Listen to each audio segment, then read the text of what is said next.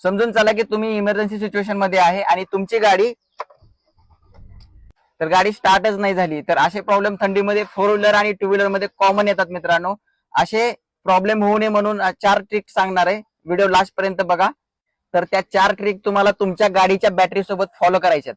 तर तुमची गाडी जास्त वेळ पार्किंग मध्ये उभी असेल मित्रांनो आणि जास्त लॉंग रूट वगैरे ट्रॅव्हल नसेल तर तुम्हाला काय करायचंय, 3 ते 4 दिवसानंतर तुमची गाडीचं स्टार्ट करून 10 ते 15 मिनिटं तुम्हाला गाडी चालू ठेवायची आहे, जेणेकरून तुमच्या बॅटरीची हेल्थ वाढेल.